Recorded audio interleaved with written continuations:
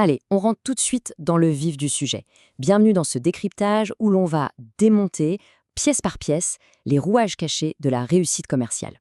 Quand on est étudiant en gestion ou futur manager, comprendre exactement comment une entreprise bâtit son succès, c'est absolument fondamental. Et c'est justement toute cette mécanique, cette véritable architecture de la valeur qu'on va disséquer aujourd'hui de manière très claire. La vraie question de départ, elle est toute simple mais essentielle.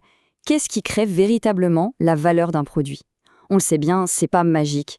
En fait, c'est le résultat d'une mécanique, d'une précision redoutable, une vraie stratégie qu'il faut maîtriser sur le bout des doigts pour pouvoir survivre et prospérer sur son marché.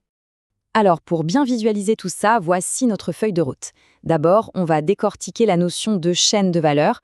Ensuite, on passera en revue les 5 activités de base, puis les 4 activités de soutien. On verra après les grands choix stratégiques comme l'intégration ou l'externalisation, pour finir sur le but ultime, l'avantage concurrentiel. Étape numéro 1, comprendre cette fameuse chaîne de valeur.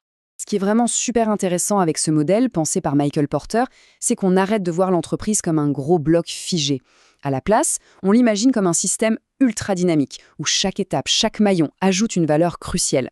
Visuellement, c'est très clair. On a la base en bas, le soutien juste au-dessus, et tout ça pousse dans la même direction, vers la droite, avec un seul objectif en ligne de mire, dégager de la marge. On passe à l'étape 2, les activités de base, c'est-à-dire les 5 piliers. Ces 5 activités, ce sont vraiment les fondations de la maison. En gros, c'est tout ce qui va faire avancer physiquement le produit. Si on résume le cycle, ça donne ça. On a la logistique d'approvisionnement pour recevoir les matières premières, ensuite la fabrication en usine, puis la logistique de commercialisation pour expédier le produit fini. Après, on a le marketing et la vente pour faire connaître l'offre. Et enfin, les services, comme la réparation par exemple, pour maintenir la valeur du produit dans le temps. Pour rendre ça un peu plus concret sur le terrain, prenons le cas de Focal, une entreprise française hyper reconnue dans l'audio haut de gamme. Chez eux, l'activité de fabrication, c'est vraiment de transformer des matériaux bruts grâce à une ébénisterie et une ingénierie de pointe pour en faire des enceintes acoustiques incroyables. C'est littéralement la création de valeur matérielle à l'état pur. Allez, on enchaîne avec l'étape 3, les 4 activités de soutien. Le truc, c'est que nos piliers de production, ils ne peuvent absolument pas tenir tout seuls. Les activités de soutien, c'est un peu le mortier de l'édifice. D'un côté, on a les activités de base qui ont les mains dans le cambouis, avec le produit physique, et de l'autre, le soutien qui agit en coulisses. C'est eux qui fournissent l'infrastructure, la technologie, les équipes. Ils ne fabriquent rien directement, c'est vrai, mais sans eux, toute la chaîne s'effondre. Si on reprend l'exemple de Focal, l'innovation continue illustre ça parfaitement.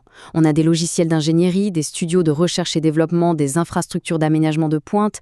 Tout ça prouve bien que la planification stratégique en amont, c'est un rouage au moins aussi vital que la chaîne de montage en elle-même. Et là, il y a un point absolument crucial, la place de la gestion des ressources humaines. Contrairement à d'autres fonctions qui peuvent rester confinées dans leur département, les RH, c'est omniprésent. C'est le vrai lien universel de la chaîne de valeur. Que ce soit la personne qui gère les achats, l'ingénieur R&D ou le directeur marketing, ce sont les recrutements, la formation et les compétences de ces individus qui vont réellement déterminer la puissance de frappe de l'entreprise. Étape 4, on passe au choix stratégique, intégration ou externalisation. Une fois qu'on a bien cartographié sa chaîne de valeur, on a un super outil d'aide à la décision. Et face à chaque maillon, on a généralement 2 grands choix. Soit l'externalisation, c'est-à-dire qu'on délègue des tâches non essentielles à des spécialistes extérieurs pour réduire les coûts, soit l'intégration, où là, on fait le choix inverse, on ramène tout en interne pour garder un contrôle total et sécuriser son savoir-faire. Le secteur automobile met ça remarquablement bien en lumière. D'un côté, on a plein de constructeurs qui externalisent à fond, en s'appuyant sur des géants ultra spécialisés, comme Faurecia pour les intérieurs ou les systèmes anti-pollution. Et de l'autre, on a une boîte comme Michelin, avec une stratégie d'intégration verticale historique. Eux, ils ont carrément intégré l'amont, en contrôlant des plantations d'EVAs pour le caoutchouc, ils gèrent leur fabrication au centre et ils contrôlent la distribution en aval avec leur propre réseau comme Euromaster. 2 visions complètement différentes de gérer la chaîne. On arrive à la 5e et dernière partie, l'avantage concurrentiel et la rentabilité. Tout ce qu'on vient de voir, cette architecture hyper complexe, ça n'a qu'un seul aboutissement, créer un avantage concurrentiel qui dure. Et le juge de paix de ce succès, c'est la marge. C'est cette différence vitale entre la valeur que le marché perçoit dans le produit et tous les coûts que sa création a engendrés. En bétonnant ses maillons forts, l'entreprise va maximiser cette marge et asseoir sa rentabilité sur le long terme. Bon, ce modèle classique, il est d'une redoutable efficacité pour décrypter le monde des affaires. Mais ça soulève une vraie réflexion stimulante pour la suite. Avec l'arrivée de l'intelligence artificielle, l'automatisation à outrance de la logistique, l'évolution folle du e-commerce, comment la tech va-t-elle complètement redessiner l'architecture de cette chaîne de valeur demain? C'est clairement le prochain grand défi d'analyse pour quiconque s'intéresse à la stratégie. L'exploration, la création de valeur est loin d'être terminée.